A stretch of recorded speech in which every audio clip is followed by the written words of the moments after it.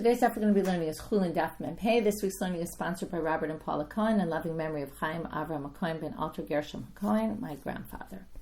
And today's stuff is sponsored by Sylvia Klein in loving memory of her brother Bobby Klein on his 41st year at site. We learned so much from him about love and acceptance. May his memory be a blessing. Okay, we're going to get started with the top of our daf. I will warn you that right now we're really getting into, and this is not a short chapter, so we just have to kind of get through them, these dapim about the details of treifa. Okay, all different types of body parts. I'm going to show you some pictures today. Some of you might be a little disgusted by them, I will say. It's really the inner parts of the animals. Some of them are sketches, which is a little better. Some of them are actual images, which, again, makes it visual, even if it might be a little bit hard to look at. You can choose whether you want to look at them or not. Some of them I find are so much parts of the body of the animal that's actually not so easy to see what they're talking about. But anyway, there are pictures. Some of them are more useful than others, and I'll try to share the screen here and there to guide you through. Okay, you can find the pictures and the link in the podcast details. You can find it also on the website on today's daf post. So we'll try to get through our daf. Okay. One of the main things we always have to do is we have all these categories of treifa, and part of this is a bit of an anatomy lesson, right? What is considered the neck? What is considered the heart? Until what part? Where is the spinal cord essential that we're going to say, oh, there's a problem with the spinal cord? Where is it not considered essential? So we have all these different questions that come up about boundaries of different parts and other things as well. I'm a Rav Yehuda, I'm a Rav. So Rav Yehuda says in the name of Rav, remember this is Rav, because in a minute we'll come back to something else. Nikva kinafa. Okay, our topic that we're talking about right now, we're in the kanesta, we're in the windpipe. And if you remember, nifsak beruba, right? If you have a cut that goes through the majority of the circumference of the kaneh. Remember, the kaneh is a long cylindrical pipe that basically is made up of rings. Okay, and if there's a cut in the majority of the circumference around one of the, where one of the rings are, it's a problem. What if you have holes in the kaneh? Okay, so Amar Rav Yehuda Amar Rav Nikva kinafa. What if you have holes like a sifter? Okay, like a sifter has holes in it. Mitzdarfin leruba. Okay, that you basically put the holes together, and if the area is a majority of the circumference, then it's a problem. So Mativ Rav Yirmiyah comes and says, well, what are you talking about here? How could you possibly say this? Now, what's the issue? What's bothering him is the rove, okay? Because when did we say rove is the issue? When you're talking about nifsak. If you have a cut in it. Now, this is a hole. A hole is different than a cut, and we're going to see that for a hole, the shear is an isar, and that comes up. We didn't get to it yet. Okay, part of the problem is, this is maybe a recommendation. It's always good to read through the Mishnayot before you read the Gemara, because they assume you know all the Mishnayot. So we're going to see a Mishnah later in the chapter that talks, it's actually the next one, that talks about a nekev. Okay, and what about a hole? So the hole is going to be the size of an isar. Isar is a coin. Okay, so that's not the same shear. So anyway, that's just the background to Rav Yirmiyah's question. Rav Yirmiyah raised the question from a Tanaitic source about ohalot. If you remember, we keep comparing. Why? Because in ohalot, they talk about what's a complete skull. Okay, you'll see in a minute why we're talking about the skull. They're just using it as a comparison. If there's a complete skull without any flesh, you just have the bones of the skull. If it's a complete skull, then it's metame ba'ohel. But if it's missing, if there's a hole the size of a drill bit, basically like a hole of a drill, then it's not considered a skull that will pass on impurity. That's what we're going to read right now. Now what they're talking about here is, what if it's a hole that's long, or even if it has a lot of little holes, and that's exactly what we're looking for, comparison to here, where we have little holes. Now the shear there is the malo, which is the hole of a drill. Well, if it has a lot of little holes, we add them up and they count. And if they're the size, if all the little holes added up would make one big hole that's the size of this drill hole, then it's going to basically mean, well, in that case, it's going to mean it's not passing on impurity because it's got this big hole. Anyway, the point being, Alma kevan de shiura melo makdeach, melo makdeach mitzarfin. Now this is very obvious. Since the shear is a hole of a drill, then the shear of the nekev, of all the little pieces that add up, is going to obviously be the shear of the hole of the drill. Well, in that case, if we're talking about holes small little holes can add up to one big hole, then say the same thing here, right? To the size that we need for a hole. Now, what's the size we need for a hole? Not rove. Rove is if it's cut, not if there's a hole. So, hachanami kevan deshiura ki isar lecheisar mitzarfina. So let's make the comparison. By us, we have little holes, okay? And in fact, I'll show you a photo right now of what these little holes look like, although the photo might confuse you a little at this point because we haven't gotten to the other part, which is here, look at the white ones, okay? There's these little holes, or the red ones, it doesn't really matter, okay? I'll tell you the difference in a minute. But we have all these little holes. If you would put them all together, would it be the size of, no, Rav said rove, but it should be isal, because a hole in the kaneh, the problematic size, is an isar, a coin. So they say, how can Rav then say it's rove? It should be isar. So they say, ishdemitite. Now remember, it's Rav who was talking in the first place. Ishdemitite hada amar Rabbi Chalbo, amar Rav Chana bar Guria, amar Rav. You forgot, okay, Rav Yirmiyah, when he asked this question, completely forgot, or maybe didn't know, what Rav Chana bar Guria said in the name of Rav, which is, nikavim sheyesh b'hem chisaron, mitzarfim l'chi'isal, v'shein b'hem chisaron, mitzarfim l'ruba. Okay, now we get to these two holes here. It took me a little while to figure out what was going on here, but why are some white and some are red? Remember, the kaneh is red, right? So if you have these little dots that look red, it's because there's little holes here that don't go all the way through. So you see the red of the kaneh itself. The other holes are white because they go all the way through. And that's what a nekev sheyesh b'hem chisaron. They actually limit the size of, right, there's something missing because the holes go all the way through, as opposed to holes that aren't missing anything because they're just holes, they're punctures, but there's no actual hole that goes all the way through. It's just like a little dot, so there's room for some things to pass through here and there, but it's not actually an all the way through hole. So now we're going to differentiate, okay? So the ones that have a hole, the size is in isal. The ones that don't have a hole, because they're less significant, it has to be rove. So therefore, we're going to go, again, rove is rove of the circumference. It would have to be something that could go around, right, the majority of the circumference of the kaneh. So that's why Rav was talking about rove, because he was talking about the nikavim that don't have a chisaron, the ones that don't go all the way through. Okay, so that's a distinction we're making. As we now learned two things. Number one, when you have holes, you look at them, and they're separated from each other. You look at them as if they're one big hole, but not the size of where all the holes are. You have to take all the size of where there's holes, put them all together as if you can squish them all together, and then measure what that size is. And then it will need the requisite amount of either an isar or rove, depending on, right, the majority, depending on what kind of hole it is.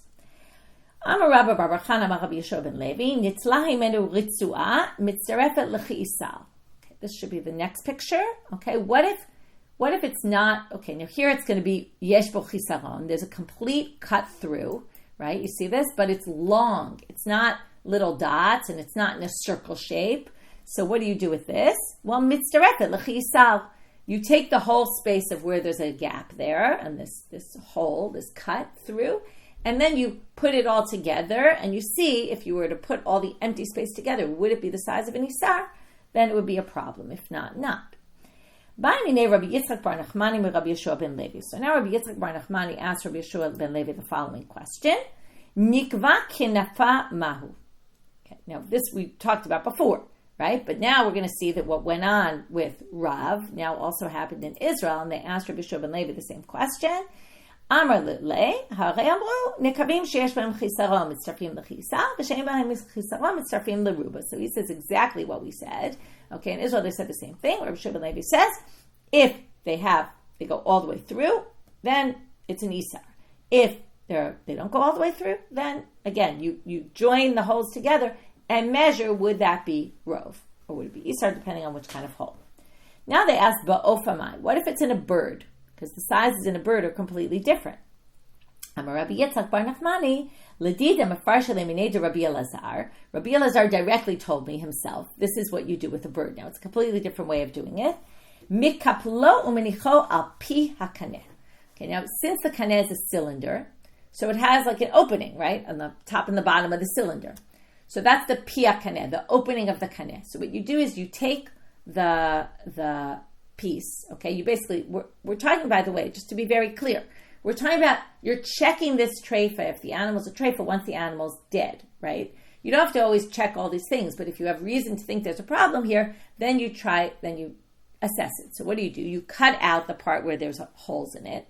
So now we take that whole area where we saw before, it was like these little dots. We cut out the whole area where there's this area missing. Minicho al pi hakaneh, and then you spread it on the opening of the kaneh. Why? Well, im chofet rov hakaneh treifa. Now here at this point, now you have to say that the holes are very close to each other, okay? If they're not so close to each other, then you're not going to do this. It really depends on how close the holes are. The commentaries talk about that it's like, it's a hole with the space in between each hole is the size of the hole, okay? Where basically you don't have that much in between each one. And then what we're going to say is take the whole thing, spread it on the opening of the kaneh. If it covers the space where the hole is, covers the majority of the opening of the kaneh, of the windpipe, then it's a treifa. V'im lav kshera. If it's not that big, then it's going to be kshera. So that's a completely different test and way of assessing this. Rav Papa says, how are you going to remember this? Okay, they bring all these mnemonics. V'simanech nafya. Nafya is a nafat, is a sieve. So now we're going to say, the sieve, okay, this is kind of a funny, right? The whole question was, what if it has holes like a sieve? But now what they want to say is, by the way, the whole holes like a sieve means that, your holes are kind of close to each other. That's the way a sieve is. So, but it's also, now, what's a sieve? A sieve is usually made up of one piece, which is the base, and then you spread out. In those days, they would put hairs of animal hairs, spread them, right, in two crisscross ways, and that's how they make the sieve. So the way to resolve this question about holes that are like a sieve is that you spread it on the top of the windpipe, that top part, as if it's like the way you would spread on a sieve the hairs. So it's the same test, like the word sieve reminds you of both things at once. So it's a good way to remember it. Okay. Niftecha kedelet. What if it opens like a door? Okay, meaning, let's look at the picture. If you have a hole in the windpipe, meaning like a whole section was taken out, like cut off, broken off, and it opens like a door, which means it's still attached on one side, but it's basically cut on three sides. Okay, and you have, like in this picture, it's a little square that comes out. It's basically, this whole piece is missing. So what do? How do you measure it? Amar Rav Nachman kadesh yikanes isar lerochbo. Okay, if you can fit in an isar widthwise. Okay, there's a big debate what this means widthwise. Some people think, not like in this picture, it's like a stucco box. Now the isar then is the thin part of the coin has to fit through, which is not so big, right? If the thin part of the coin fits in and you can put it in like in a stucco box, so that, or a piggy bank, then that would work. And meaning that would be a problem. That would be a treifa. But according to this picture, this is Rashi's interpretation, that what it means is you have to actually put the coin in, right, standing up, like it has to, it's more like a square and not a little slit, rectangular slit, but it would have to have the whole circle of the isar fit all the way in, like height-wise. So anyway, you can see from the picture what I mean, if you're looking at the picture, but that's the idea. So according to Rashi's interpretation, it's a much bigger hole in order to make a situation where it's a treifa. Okay, next. Nistika. Okay, that's our next picture. What if it has a crack in it? Okay, a very thin crack. Amarav, afilu lo nishtayar ba'ela chuliyah halamalav chuliyah halamata kshera. It's a very thin crack, as long as you have one ring at the top and one ring at the bottom, because remember, it's this long pipe.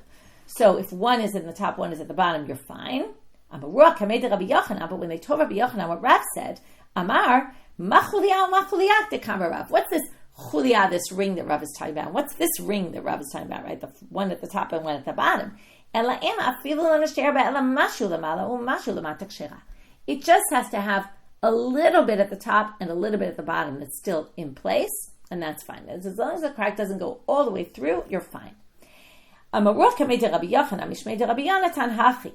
And then they told Rabbi Yochanan that also Rabbi Yonatan said like he did. A mashu at the top, a mashu at the bottom. Amar lehu. Now Rabbi Yonatan, you have to know before you understand the next line. Rabbi Yonatan came from Babylonia and he made Aliyah to Israel. So Rabbi Yochanan's living in Israel and Rav was in Babylonia. Rav said it wrong according to Rabbi Yochanan.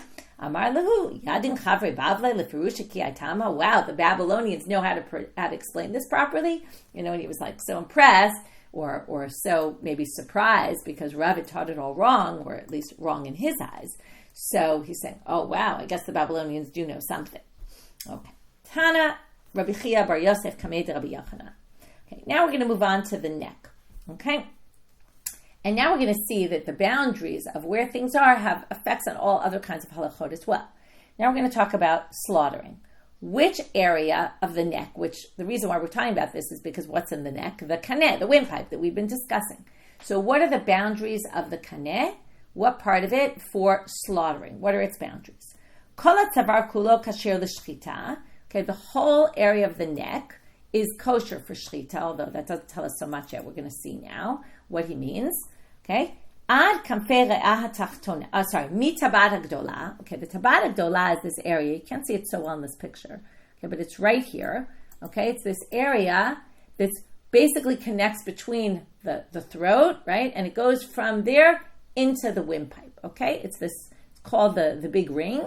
Okay, it's right at the top, this big area, and then that leads right into the windpipe. So from there until, now this is tricky, until the kanfei, like the sections of the re'ah hatachtona. Now, if I would say to you tachtona lower, what would you assume? Now, you have to realize the animal is when the animal stands up, so this whole thing, there's no top bottom, right? It's from head to tail, right? And it goes sideways. Okay, so when they say the bottom part, right, the kanfei re'ah, the bottom ones, Amar Rava, he tells you tachtona shehi elyona. What we mean by bottom is really top. Okay, it's really confusing. What he means is if you would hold the animal upside down, like hold it by its legs, and then the re'ah that would be at the bottom would be basically before the lungs start. Okay, because I want to show you what happens here. And you can see this very well in the picture. In the picture, we have this windpipe. Now, the windpipe goes all the way into the lungs. You see that? This is a windpipe, and not only does it go into the lungs, but as it goes into the lungs, okay, there's all these bronchi that break off of there, okay, that are in the lungs that bring air to all the different parts of the lung.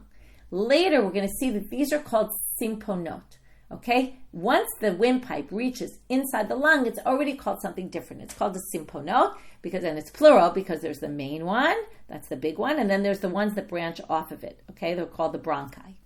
So, Rava tells you that what we're talking about here, the kanfei re'ah tachtona, is the tachtona, which is really the elyona. If you're going from head to toe, or head to tail, it's the top part. Okay, and that's what he's telling you. It means until you get into the lungs. So that's the part you can slaughter. Shani omeo, because I say, what's the test? Kosher poshetet savara vero'a, ubevat shelo te'anes. When the animal goes to eat, what does the animal do? It basically juts its neck, right? When the animal goes to graze, it puts its head all the way down and it pulls its neck out, okay? And basically the windpipe, which is further in, not really by the neck, but it stretches out and goes into the area where the neck is. So, but the lungs don't go there, basically. And that's why it says, ubevat shelo te'anes. Now that's as long as nobody comes over and pulls it out even more. Like theoretically, I mean, it sounds very unpleasant. Someone could come to the animal and pull its neck out even farther. Like if they want the animal to eat somewhere far away, I don't know, they could actually pull it out. That's not what we're talking about. In other words, what they mean here is while you're slaughtering, don't pull it up so that, you go too far. That's not going to be a kosher shchita. By Rav Chanina, v'itema Rav Chananya, ansa atzma mahu. Now they ask, what if this animal actually pulled, like while you're slaughtering the animal, pulls even further down stuff, pulls them up to the neck area? Are you allowed to slaughter that? Teku. We're left without an answer. Right? This is a classic question of, when we use it with humans, we say, B'tela da'ato etzel kol adam. Like, do we say this person, they might have unique preferences, but do we say, it's just nullified to the standard? We go by what the standard is, even if this is an exception to the rule. And sometimes we do, sometimes we don't. So that's the question here. We're left without an answer. Yativ Rabbi Yochanan Rabbi Shimon ben Lakish. Okay, Rabbi Yochanan and Rish Lakish are sitting there. Nafik bin milta mi benayu, and then they come up there. This halacha comes out from this discussion they were having. Anas b'simanim v'shachat psula. Okay, this is what we just said, which is if you pull it out while you're slaughtering and slaughter then lower down than the windpipe, than where it hits the lungs, it's no good. Nikev, right, but they don't talk about what if the animal did it themselves. Nikev hakaneh lamata min hachazeh nidon kire'ah. Now, here it's important not just for where we slaughter, but what if you make a hole in the windpipe lower than the chest, which is in this area where the lungs begin again, then it's like the lungs, okay? So if it's lower, if it's where the chest already begins, then it's a problem, okay? Meaning, well, what do we mean? Now here we get to treifas. This is why we have to know the boundaries of where the animals start and where they end, or the parts of the animal. Because if it's in the area where we call it a kaneh, we're going to call it a kaneh, what's the disqualification? Nifsak birubo. It has to be cut over the majority of the circumference of the windpipe. If it's like a re'ah, like a lung, the disqualification for a lung is any sort of perforation of any size. So this area where already the lung starts, or basically where it's opposite the chest there, or in the chest area, that's already going to be called the lung and not the kaneh. And therefore it's going to be actually more stringent, the law. Okay, if already we mentioned the chazeh, now we get off on a complete tangent for just a minute. Tanu Rabbanan Ezu chazeh, what area is called the chazeh? And what they really want to know for here is, in a korban shlamim, you might remember, you have to give the chazeh and the shok to the kohen. So we want to know what part you give to the kohen. So they say zehu et hakarka, it's the meat and the fats that basically are opposite the ground, right? When the animal's on all fours. So the part of the chest, right? The chest is opposite the ground. Imagine if you go yourself on all fours, your chest will be opposite the ground. The part that's opposite the ground, but not the whole part, okay? Lemata ada tzavar, lamala ada kares. So it starts from, right, the neck, the bottom of the neck, going from the bottom of the neck all the way until you get to the stomach, the kares. That's one of the, right, the four stomachs. So it's like in the middle of where the rib cage is, okay, basically, and that the meat and the flesh that's right opposite, it's going to be like the first layer, that's opposite the of meat that's mamash, that's really opposite the floor, the ground, when the animal's standing. That's the part that you give to the kohen. And in addition, you cut two of the ribs on each side, from, meaning that go from the sides to the middle. You cut two ribs on each side from the top, okay? From the first ribs there are, those two also go to the kohen. So that's what you give to the kohen, the chazeh, it's the meat and the flesh that are right, the meat and the fats that are right opposite the ground, and two of the ribs, the two top ribs. Okay, if you didn't believe me that that's what we're talking about, that's what they're saying. And this is the chazeh that we give to the kohanim. Nikev krum shalmach. Now we get to the brain, of the membrane of the brain. You have any sort of perforation, it's a problem. Rav Shmuel de Amrit Travayu, krama ila'a, afagav de lo inkav tata'a. Okay, there are pictures, you can look at them. I didn't find them so helpful, so I'm not going to share them, but you can look. There's the brain, and then there's a thin membrane around it, and then a thicker membrane around that. So basically there's two protective coatings, you could say. Okay, now, so according to Rav and Shmuel, the first reading of them, if the outer one has any sort of perforation, that's already a problem, even though the inner one is still intact. But Amrela, some people say that what they said was ad inkuf tata'a. No, only if the inner one, because if the inner one is still, right, imagine if it has two protective layers, if the inner one is still fine, then that protects the brain and there's no problem, right? Nothing's going to get out of the inner one, even though the outer one has an opening. So there's a machloket here about what Rav and Shmuel actually said. Is it even the outer one or just the inner one? I'm a Rabbi Shmuel bar Nachmani v'simanech. How do you remember the second one? Chayata diminach be'mocha, right? It's the bag in which the brain is sitting in, right? It's not sitting in the outer one, it's sitting in the inner one, and that's the one that's the issue. I'm a Rabbi Bar Chana Rabbi Yeshua ben Levi. Kinegdo b'beitzim nikar. Now he says this now beitzim could be in an egg, or some people say it's the testicles. Okay, so either which way, what they're trying to say is they're just trying to illustrate, if you don't really visualize this, well, you can visualize it if you think of an egg, okay? We'll go with the egg. An egg has a hard shell on the outside, and then there's like this thin, membrane-y kind of substance on the inside, okay? So that's the comparison, or perhaps they're making a comparison to the testicles of an animal, and that you can see it from there. Okay, what they're trying to say is we know you can't really visualize this because you don't usually look at the brain of an animal, but you can see it in something else, and then you'll understand this concept. There's an outer and an inner. Amar Rabbi Shimon ben Pazi, Amar Rabbi Shua ben Levi, Mishum bar Kapara. Moach, kol ma shebaktera nidon kimoach. Okay, everything in the area, in the skull, that's where the brain is, that's like this moach, meaning any sort of perforation in anything there is really a problem. Hitchil imshoch nidon kechut hashidra. Now the brain connects with the spinal cord, so anything lower than that is like the spinal cord. What's the spinal cord? What's the ruling? Nifsak berubo. It needs to be cut the majority of the circumference of it. So if it's above, it's anything. If it's below, then it's already like the chut hashidra, and it's going to be less likely to be a treifa. Now, exactly from where? So I'm right again. They're still struggling with all the anatomy of all this. Where does this end? Where does that start? I'm Rabbi Yitzchak bar Nachmani l'didi mefarshel iminei Rabbi Shua ben Levi kimin shnei pulin yesh munachim al pi haktera. At the bottom of, right below the brain, there are these two things that look like a pool. A pool is a bean, okay? A fool. They look like a bean, and they're basically sitting right under there. Mina pulim v'lifnim kelifnim. Mina pulim v'lachutz kelachutz. So anything above that is like the brain. Anything below that is not like the brain. It's like the chut hashidra. Okay, we're at the top of Amud Bet now. Upulin atzman eini yodea. But I'm not sure, we're going to see this phrase a few times, I'm not sure what the status of right where these pulin are, okay, where these two bean-like structures are, so I'm not sure what they are. Okay, if you're interested, the kohen has a note, like what, the kohen tries to connect, like exactly what do we call these areas and what are these things that they're referring to. I'm not going to get into all the details because we'll never finish the daf. Umistabra kilifnim, but it does seem to me like, we'll just say they're like lifnim, also, by the way, that's also more stringent, so it makes more sense, like let's be stringent if we're not sure. Rabbi Yirmiyah badak ba'ofa. Now, Rabbi Yirmiyah checked the bird. He wanted to see if the bird has these two pulim. Eshgach min shnei pulim munachim al pi haktera. And he says, yeah, it looked like, he says, I found these two being-like things that were sitting right at the bottom of the skull. Okay, so now you have this what you can really see is here, even though they didn't know biology like we did, but they did have their ways of figuring these things out, and they did have their ways of, they opened up animals all the time, right? They looked up at animals much more than we did because they were looking at treifas and all that. So they did seem to know what they were talking about. On the other hand, some of them more, some of them less, and there seemed to be a lot of debates.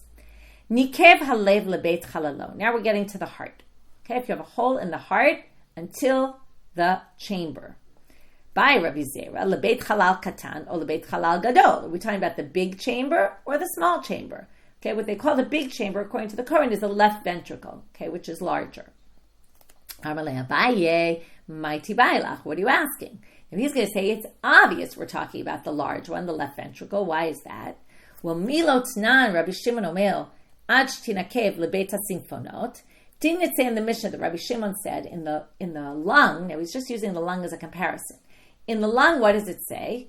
Until you get a nekev lebeit hasimfonot. Okay, what we're saying is the nekev in the lung, that's going to be any sort of amount, is just until the beit hasimfonot.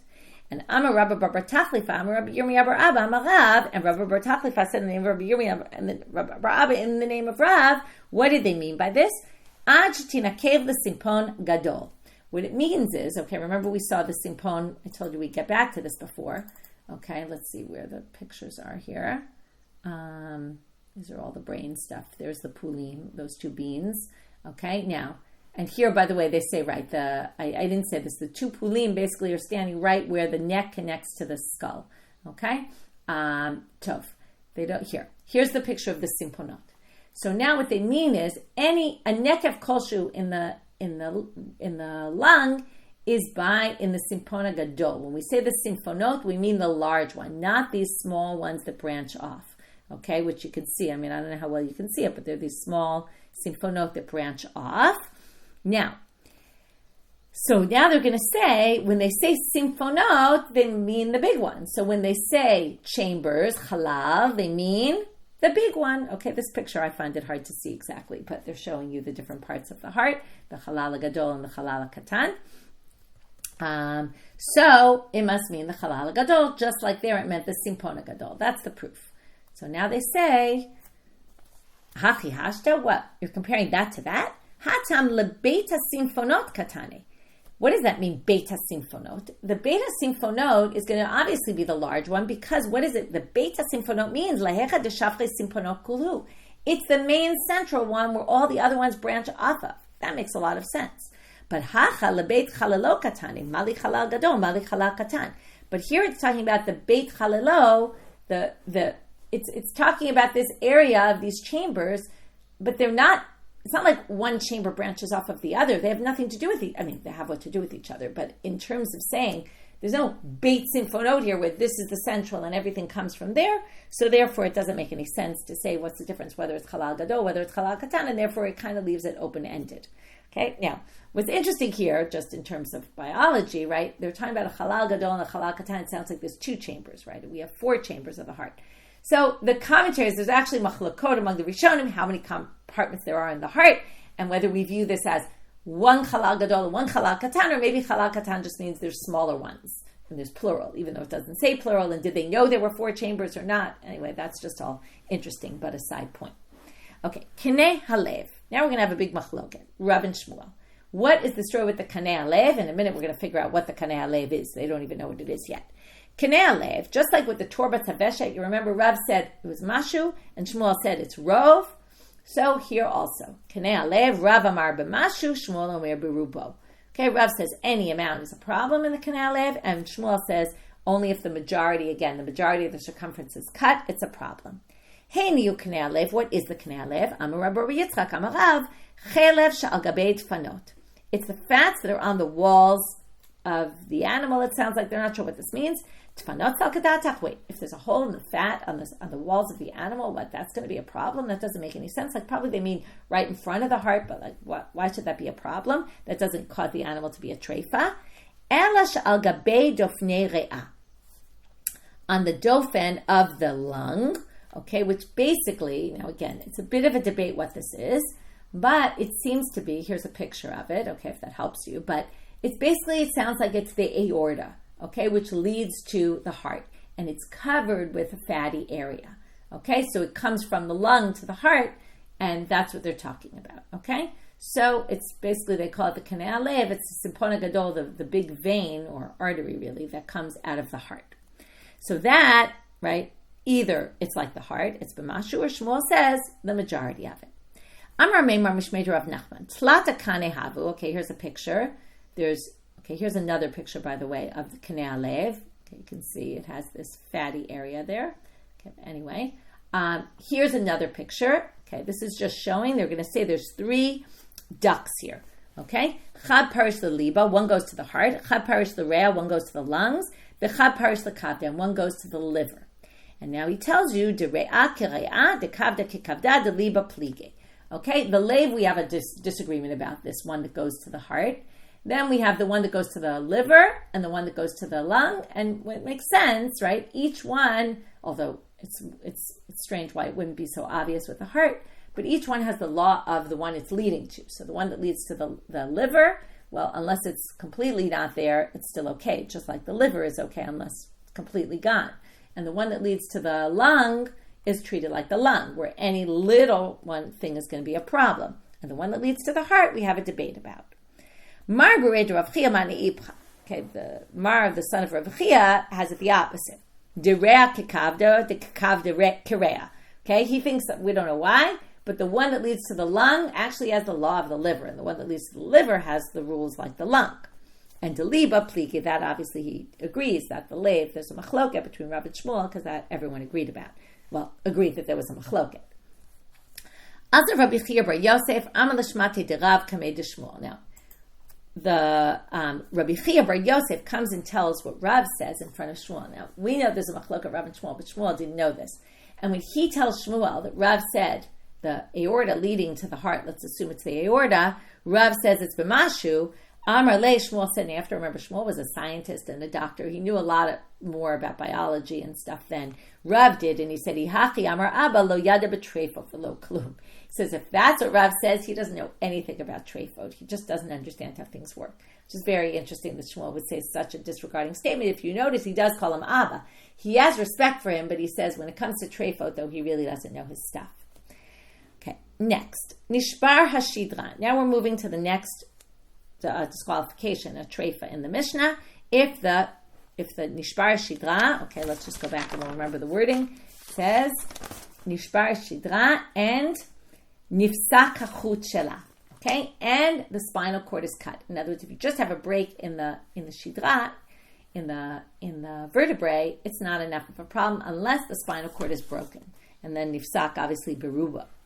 Tanu Rabbanan, chut hashidra shenifsak berubo divrei Rebbe. Okay, so now you have, if nifsak berov, that's Rebbe's opinion. So the chut hashidra, the spinal cord has to be majority broken. Rabbi Yaakov omer afilu nikev. Rabbi Yaakov says even a little perforation is enough to say nifsak hashidra. Okay, because it didn't really say so in the Mishnah, so they have this machloket.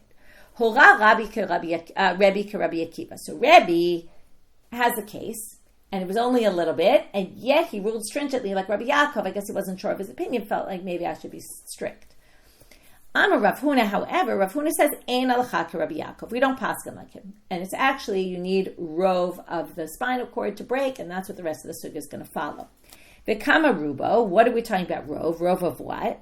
Rav amar rove oro, v'amrila rove mocho. So Rav said the majority of, now what's the or? There's no skin on the spinal cord. What it means is the membrane that covers it. There's a membrane that covers it, and then there's the stuff inside, like the tissue. So some people say it's rov mocho, it's the tissue inside, okay? Or whatever, I'm not sure what it's made of, but it could be the tissue or whatever's inside of it. Okay, so is it the outside membrane that we're talking about that has to be cut, or is it the inner part that has to be cut?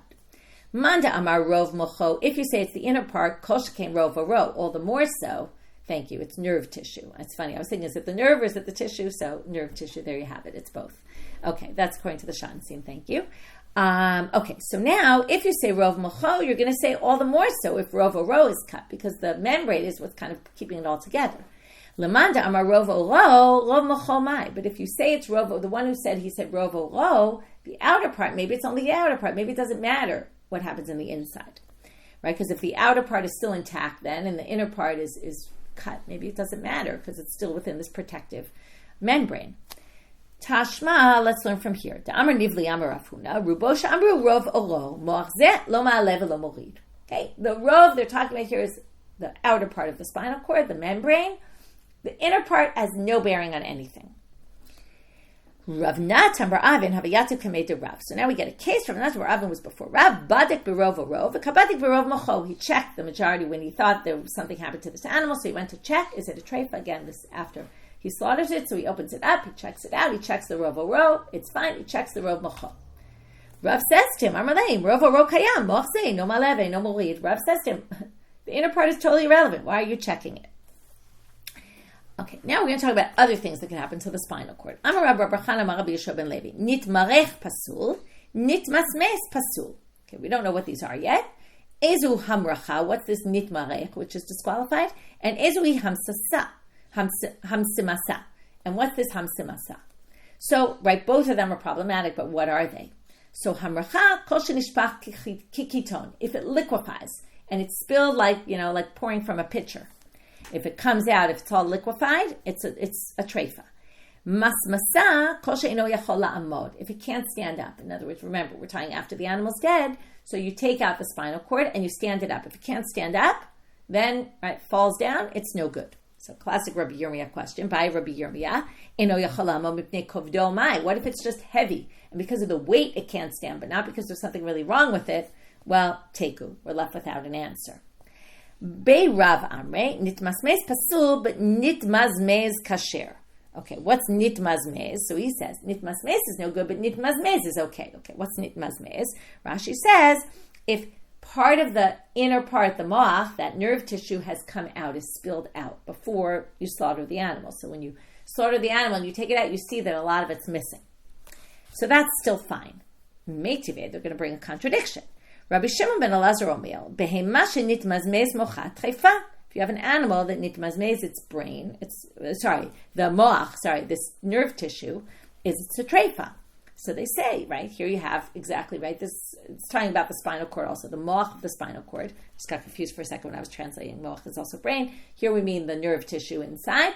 If it's nitmazmez, most of it came out, it's a treifa. So they say, oh, that was just a mistake. You could see why they would confuse nitmas meis and nitmas meis, especially if things were passed down orally. They sound pretty similar. So they must have meant nitmas meis, and they don't mean nitmas meis. Okay, again, nitmas meis meant that what was it again? That it can't stand up on its own. Okay, like it's kind of disintegrated, fallen apart. Wait, is that really true? Okay, now, is it really true that nitmas meis is not a treifa? And here they're going to bring an example from a human. Okay, we're going to have a story. Levi, he was sitting in the bathhouse. You're wondering what this has anything to do with. He sees a guy who smashes his head against the wall. Amar nitmas meis moche dedain. He said, oh, but that person just completely, right, his moch was, here I think it means his brain was nitmas meis. It was completely destroyed. Lav de lo chaya, is it not that he's not going to survive? And that's what he was trying to say. And then what do you see here? Nitmas meis is a problem. So, Rabbi, lo mal she'eno molid. What he was saying is he messed up things that now he's not going to be able to have children. But not that he's going to die, and not that he's going to be a treifa. So first of all, it's just interesting that we're bringing proof from a human, not from an animal, right? That we're going to assume what's a treifa in a person. Same as a treifa in an animal. And anyway, it was just some statement he made. It wasn't even clear what he meant, which is obvious why they just reinterpreted it. But they tried to say, it sounds like nitmas meis is a bad word, right? Is a word that leads to someone being a treifa. And they now say, no, it's not. Okay, so we had if it liquefies, if it can't stand up on its own anymore, this spinal cord, if you were to stand it up, that's a problem. But if it was nitmas meis, where just part of it came out, the inner part came out, the nerve tissue, it's fine. Ad hechan chut hashidra. So now we want to know what's the boundaries of the chut hashidra. Again, because if it's chut nifsak berubo, it's a problem. Once you get to the end of the spinal column and the spinal cord, specifically because we're talking about the spinal cord having a problem, well, once you get past there, and we're going to see right now where these boundaries are, which we're going to see right now that it's past the thigh, the back thigh, okay, the hind legs. Once it's past there, this purple area, then already, now we're going to see where exactly, or there's going to be a little bit of lack of clarity here, but ad hechan chut hashidra, amar Rav Yehuda amar Shmuel, ad ben parashot. Once you get to this back part of the spinal cord, nothing that can happen to it is going to mess up the animal and make the animal perhaps die. So we're not worried, because that just leads to the tail, and that's not an important part. So where we call bena parashot. Why is it called parashot? It's a little bit of a tricky picture to follow, but basically we have this branch of the spinal cord, and then there's these branches that come out of it. Okay, there's 3 of them, even though it looks like more. It's the brown part here. It's because they're going out on both sides. It's just hard to see, but there's 3. So now we're going to say, so until that part, Rav Dimi bar Yitzchak havav kabay lemeza lebech Chosai. I don't know why they're telling us, but he wanted to go on this trip to go far away. Beit Chosai is always this far away place. I mean, not always. It is. It just always appears in stories when they want to tell you someone's going very far. So I guess before that, he went to see his rabbi. Atal kamei, it should be de Rav Yehuda, not Rabbi Yehuda. Atal kamei de Rav Yehuda. Amar le lehave limar ben parashot hecha. Sorry, lichve limar ben parashot hecha. Can you show me where this is? I want to see it. Amar le zil aiti ligdi. Maybe because he wanted to slaughter animals himself on the road and wanted to know all the rules. It's possible. Zil aiti ligdi va'achvelach. So he says, go. Bring me a gedi, a little kid, and I'll show you, right? A baby goat.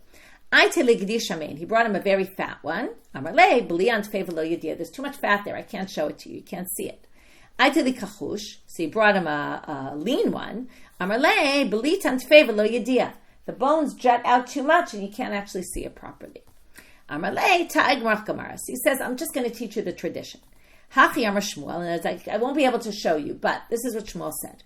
Treifa, shlishit kshera, shnia eini yodea. Okay, we end again with this eini yodea. He says, right, between the first and the second, for sure, that's still like the spinal cord.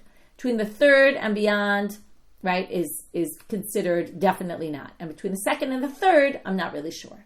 Okay, and we leave the daf with a question. Okay, so what did we do today? We did a lot of trying to figure out borders of, what different parts and start where, end where. We talked about the nikavim and how we deal with these holes that are like a sieve, and how we join them together for the shear. We had 2 different shiurim when it comes to the nekev and the kaneh, whether it's completely through or less, right? Not completely through. And then we moved from there to what part of the kaneka you use for slaughtering. From there we got to the chest, and what's the chest for the laws of matno kiuna. From there we got to the krum of the moach, and then where are the boundaries of the brain where we say nikev kosher is a problem, and when it's already considered the spinal cord, where you need nifsak rubo, where the majority would need to be cut. Then we got to the nikev halev lebeit halalo, and what halal are we talking about, where we kind of left it a little bit open there, even though it seemed to be the large one. We got to this machloket about the kaneh alev, which Rav said was b'mashu, and Shmuel said it was berubo, and then Shmuel kind of said, I don't know what Rav is talking about. Rav doesn't really know what he's talking about, but we do have this machloket. And then we get to the shidra, which was the last thing we discussed, which is, when it says nifsak in the chudah shidra, does it mean nifsak rubo, or does it mean nifsak mashu? We had a machloket about that. We paskin that it's rov, like Rebbe, even though Rebbe himself was machmir. Okay, but we paskin rov, and then we dealt with rov oro. Was it the membrane? Was it the inner part? And then we ended with, and then we talked about the spinal cord and whether it's, liquefies and all the different things that could happen to it. And does that make it, what makes it a treifa, what doesn't? And then we ended with, what are the boundaries of this kudah shidra? Once we discuss what happens, what are the boundaries where at that point it doesn't really matter anymore, How far is already too close to the tail that it's not really significant. And with that, we finish for today's daf. Wishing everyone a Shavua Tov and almost a Chodesh Tov.